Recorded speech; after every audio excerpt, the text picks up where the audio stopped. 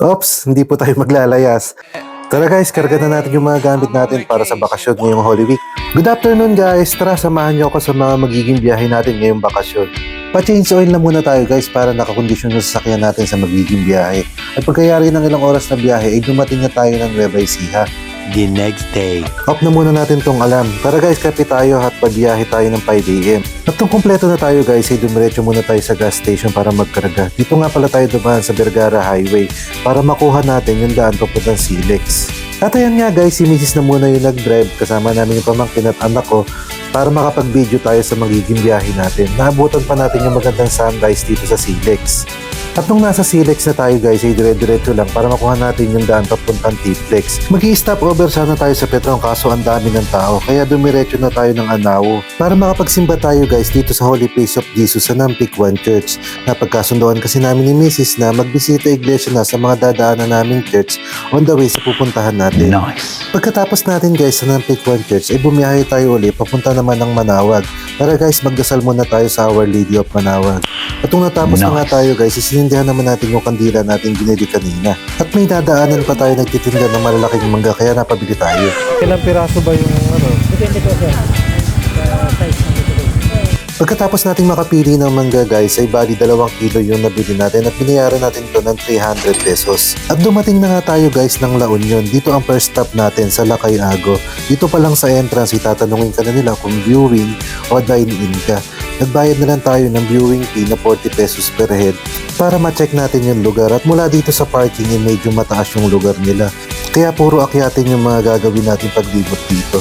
Pagpanik mo pa lang isasalubungin ka na ng mga magagandang bulaklak ng bougainvillea at iba't ibang klase ng halaman. At ayan nga guys, may bigla pang dumaan na box kaya nagulat kaming lahat. At dumiretso lang tayo guys sa pag-akyat dito sa lugar. At hinintay natin yung mga kasama natin dahil nauna tayo. At nung dumating na nga tayo dito sa pinakataas ng lugar, ay may nakakita tayong Hobbit House. Hindi tayo nakapasok dyan dahil parang may ginagawa yata sa loob. Kaya nagpatuloy na lang tayo sa paglilibot dito sa lugar. At kung pagbaba natin guys, may nakita na naman tayo isa pang Hobbit House. Wow. Susubukan sana namin pumasok kaso nakalak at parang may tao yata sa loob. Kaya nag-video na lang tayo.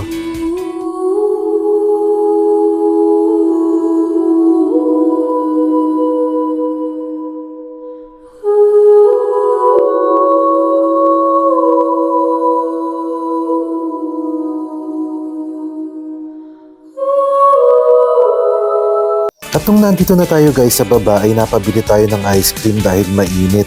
At pagkatapos nating mag-picture dyan ay dumiretso na tayo ng biyahe ulit. Pagkatapos natin sa mahabang traffic ay minadaanan tayong church kaya nagsimba na rin tayo para sa bisita iglesia natin. At ayan nga guys, dumating na tayo dito sa tutuluyan natin. Dito tayo tutuloy sa Balay ni Kyle. Mag-i-stay tayo dito guys ng 3 days and 2 nights. Tara mag-akit na muna tayo ng gamit para makita din natin yung kwarto na tutuluyan natin. Ito naman yung view natin sa labas ng kwarto. At ito guys yung magiging kwarto natin. Maganda, maluwag at maayos. Kahit yung banyo nila ay maayos din. Bali 2 kwarto pala yung kinuha natin dito guys. Pagkatapos natin iayos lahat ng gamit natin sa kwarto, dumiretso naman na tayo dito sa beach. At swerte naman na abutan pa natin yung magandang sunset dito sa La Union. Tara guys, enjoy na muna natin yung view. Baby, do you know what that's worth? Ooh, heaven is a place on earth. At ayan nga guys, nagpipicture na din pala dito yung anak at mga pamangkin ko. Tara baba na muna natin gamit natin para makapag-swimming na din tayo at ma-enjoy natin yung bakasyon, yung sunset kasama ng mga mahal natin sa buhay. When the sun goes down and the band won't play, I'll always remember us this way. At nung lumubog na nga yung araw ay mas gumanda pa lalo yung lugar. Kaya mas nag-enjoy kami sa pagkuha ng pictures at videos dito. Nung dumilim na ay nagmerienda na muna tayo. Habang nag-iikot-ikot tayo dito guys ay nadaanan natin itong Coco Mama at nag-request yung mga bata na bumili na rin tayo ng ice cream. Habang iniintay natin yung balita kung makakapaghapunan tayo dun sa Kabsat. Number 16 daw tayo. Mga tao daw nakasalampak lang. Wala bang reservation? Bawal daw. Pag tinawag ka, wala ka alaman. At ayun na nga guys, dito na lang tayo nag-dinner sa Sabong Fried Chicken. Bicol Express yung in-order natin. Masarap yung mga pagkain nila dyan. At umuwi na nga tayo guys at kinabukasan ay maaga tayo nakapila at nakapagpa-reserve dito sa Kabsat.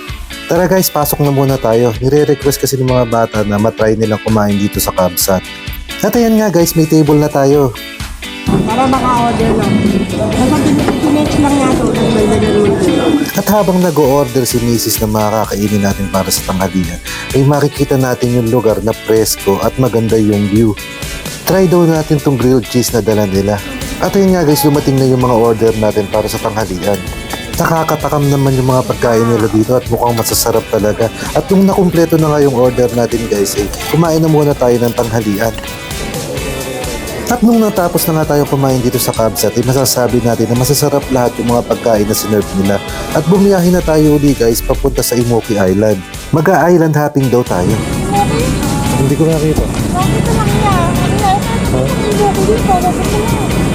At ayun na nga guys, nalagpasan doon namin yung Imoki Island. Di bali mag-picture na muna tayo dito sa man-made forest. Kung sakali, balikan na lang natin mamaya. Shoutout na din natin guys yung mga nahagip ng camera habang naglalakad tayo dito sa man-made forest. Hello po sa inyo guys, ingat po sa biyahe. At dito naman guys, medyo nag-iintay tayo na maubos yung mga dumadaang sasakyan para makapag-picture tayo sa gitna ng kalsada. Ayun, picture muna tayo. Okay. Pagkatapos natin mag-picture guys, ay maglakad-lakad na muna tayo dito. Napaka-presko ng lugar at enjoy natin yung paligid.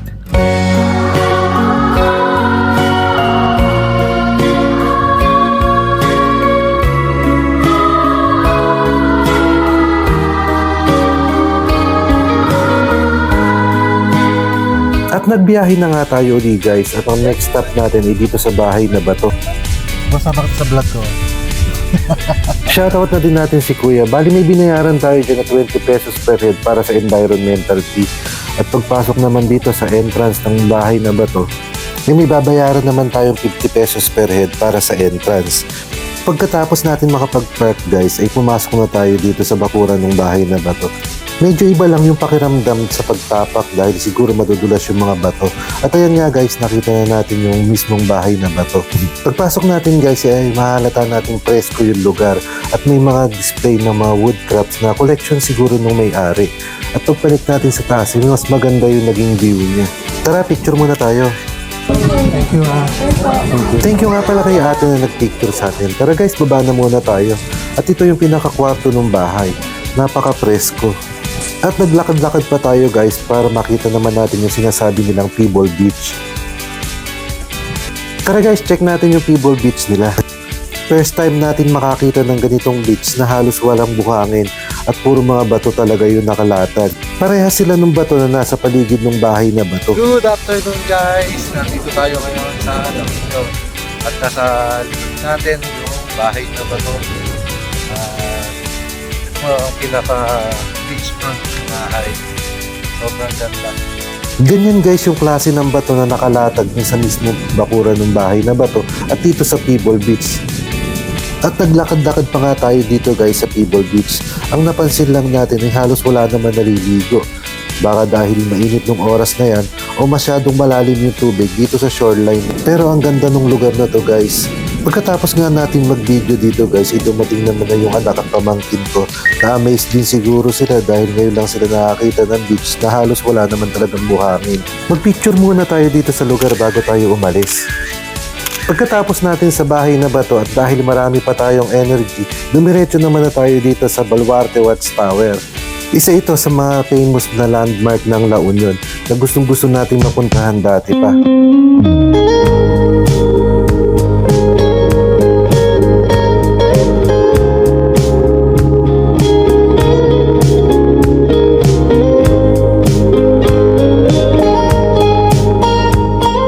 At dumating na nga si ate, siya daw yung mag-human drone sa atin para sa mga videos at pictures na gagawin.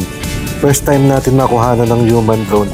Nakaka-excite ito, tingnan natin kung ano makakalalabasan ng shots ni ate. At nung nakapwesto na nga kaming lahat guys, ay nag-umpisa na kumuha ng shots si ate. Pagkatapos nating i-edit ng konti, ay ito na kinalabasan ng mga shots natin. They know all my money sure. I don't ever get it one way. Yeah, spin it and I get it same day. But hey, I didn't come here to party. I didn't come here to stay.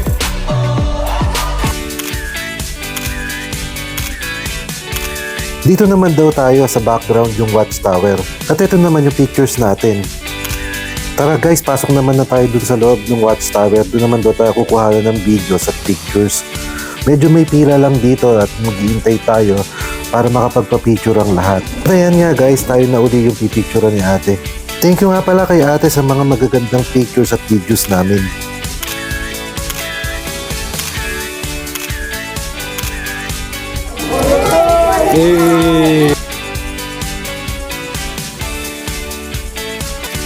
Pagkatapos natin nag-picture sa loob ng watchtower ay bumili naman tayo guys ng ref magnet na kinokolekta natin sa mga lugar na napupuntahan natin. At nung bumalik nga tayo guys dito sa Imoki Island ay sarado pala sila, bukas pa daw sila magbubukas. Kaya bumalik na lang kami dito sa beach para makaligo yung mga bata.